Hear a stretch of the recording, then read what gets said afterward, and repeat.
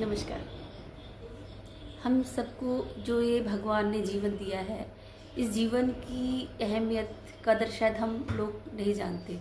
ये इतना अनमोल है, इतना अनमोल है कि हम एक बेसुध सी ज़िंदगी जीते हैं, जिसमें हमें लगता है ये ज़िंदगी मिली है तो हम इसको टेंशन में, फ़िक्र में या फिर अपने ऐसे कामों में बिताते हैं जो हमें सार्थक जीवन जीने के लिए बिल्कुल सही नहीं है।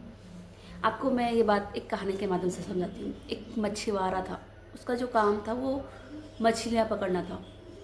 तो वो क्या करता था, हर सुबह जाता था और मछलियाँ पकड़ने के लिए नदी में जाने के लिए वो नदी में बैठता था।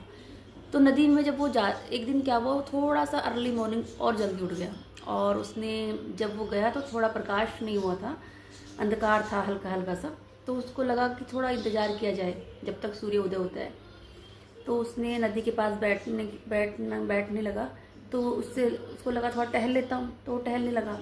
टहलते टहलते उसको पैर में एक बड़ा सी भारी सी भरकम चीज़ टकराई, जिसको देख के उसने देखा तो कोई पोटली थी।